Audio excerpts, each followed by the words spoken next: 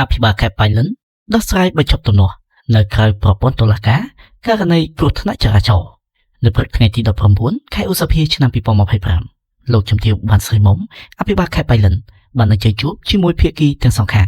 ដើម្បីសម្របសម្រួលគ្នាដោះស្រាយបញ្ចប់ទំនាស់ក្រៅប្រព័ន្ធតុលាការដោយករណីគ្រោះថ្នាក់ចរាចរណ៍នេះមន្ត្រីជំនាញចរាចរណ៍ផ្លូវគោកខេត្តបានឲ្យភាគីទាំងសងខាងធ្វើការសម្របសម្រួលគ្នាចំនួន3លើកដោយភាគីខាងរថយន្តរងគ្រោះបានជួយចូលបច្ច័យបុណ្យសពទៅភាគីខាងម៉ូតូបង្កចំនួន4លានរៀលហើយបងប្អូនសាច់ញាតិខាងម៉ូតូបង្កបានយល់ព្រមធ្វើការផ្តិតមេដៃតែក្រោយមកក៏មិនយល់ព្រមវិញដោយទាមទារសំណងទឹកប្រាក់បន្ថែមទើបយល់ព្រមបញ្ចប់រឿងដូច្នេះដោយភាគីទាំងពីរសម្របសម្រួលគ្នាមិនបានមន្ត្រីជំនាញចរាចរណ៍នគរបាលផ្លូវគោក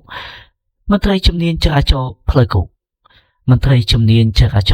ខេត្តក៏បានរៀបចំឯកសារកសាងសំណុំរឿងបំរុងបញ្ជូនទៅអัยការអមសាលាដំបងខេត្តដើម្បីចាត់ការបន្តតាមនីតិវិធី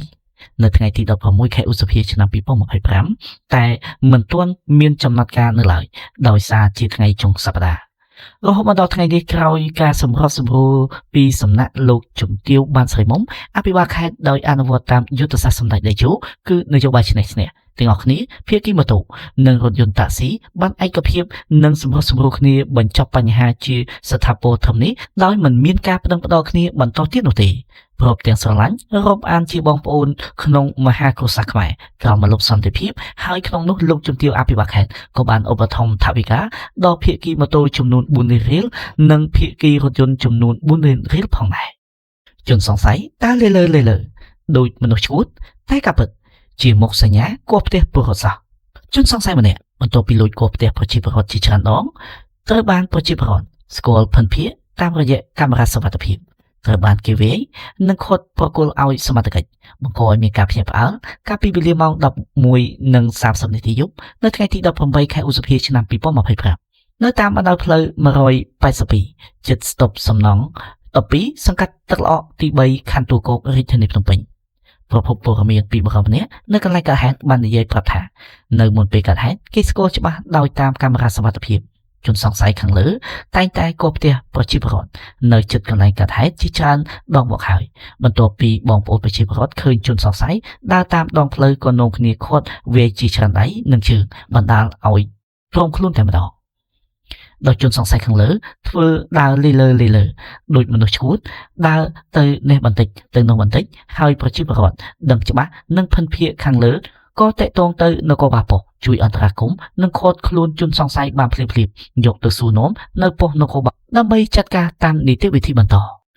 នគរបាលខេត្តបាត់ដំបងឃាត់ខ្លួនជនសង្ស័យម្នាក់ករណីជិះម៉ូតូដើរលក់គ្រប់ទីកន្លែងដែលគួរឲ្យសង្ស័យជនសង្ស័យម្នាក់ត្រូវកម្លាំងការិយាល័យព្រមត្តនកម្រិតស្រាលឃាត់ខ្លួននៅវេលាម៉ោង 12 ថ្ងៃត្រង់ថ្ងៃទី18ខែឧសភានៅចំណុចភូមិតាប៉ុនឃុំតាប៉ុនស្រុកសង្កែពេលដែលជននេះអំពាវនាវលក់ម៉ូតូមួយគ្រឿងដែលលួចគេពីក្រុងប៉ោយប៉ែតតាមរយៈរបាយការណ៍លោកជាឋានិតនៃការិយាល័យព្រមត្តនកម្រិតស្រាលបានឲ្យដឹងថាជនសង្ស័យឈ្មោះចឹកហុកលីហៅមេងលីភេទប្រុសអាយុ20ឆ្នាំមានទីលំនៅមិនពិតប្រាកដលោកថាជននេះត្រូវបានកម្លាំងរបស់លោកឃាត់ខ្លួនបន្ទាប់ពីជននេះជិះម៉ូតូដើរអំពាវនាវលក់គ្រប់ទីកន្លែងដែលគួរឲ្យសង្ស័យទើបសុំគោលការណ៍លោកស្នងការហៅមកសួរនាំក៏បែករឿងលួចម៉ូតូមកពីក្រុងប៉ោយប៉ែតខេត្តបន្ទាយមានជ័យរបាយការណ៍ដដែលបានឲ្យដឹងថាម្ចាស់ម៉ូតូឈ្មោះយុនវិសាលភេទប្រុសអាយុ20ឆ្នាំរស់នៅក្រុងប៉ោយប៉ែតបើតាមម្ចាស់ម៉ូតូបានប្រាប់សមត្ថកិច្ចថាម៉ូតូរបស់ខ្លួនត្រូវជនសង្ស័យលួចកាលពីវេលាម៉ោង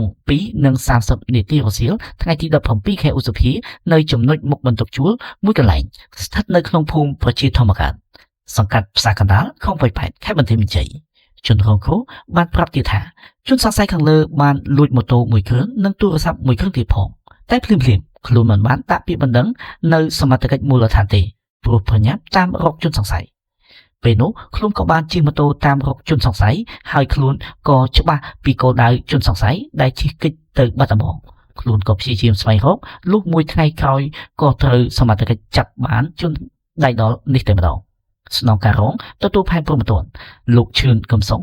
បានប្រាប់ថាជនសង្ស័យត្រូវកម្លាំងការិយាល័យជំនាញឃាត់ខ្លួនមកសួរនាំក្រោយឃើញជននេះជិះម៉ូតូយកទៅអំពាវនាវលក់គ្រប់ទីកន្លែងដែលគួរឲ្យសង្ស័យ លោកបន្តថាស្របពេលកំពុងសួរនាំស្រាប់តែម្ចាស់ម៉ូតូបានទេទូរស័ព្ទខ្លួនដែលជនសង្ស័យលួចយកមកជាមួយម៉ូតូហើយនៅពេលដែលសមត្ថកិច្ចលើកទទួលទើបដឹងថាជនសង្ស័យម្នាក់នេះបានលួចម៉ូតូនិងទូរស័ព្ទជនរងគ្រោះមកពីប៉ោយប៉ែតទើបលោកស្នងការនិងលោកព្រះរាជអាជ្ញាបញ្ជាឲ្យឃាត់ខ្លួនតែម្ដង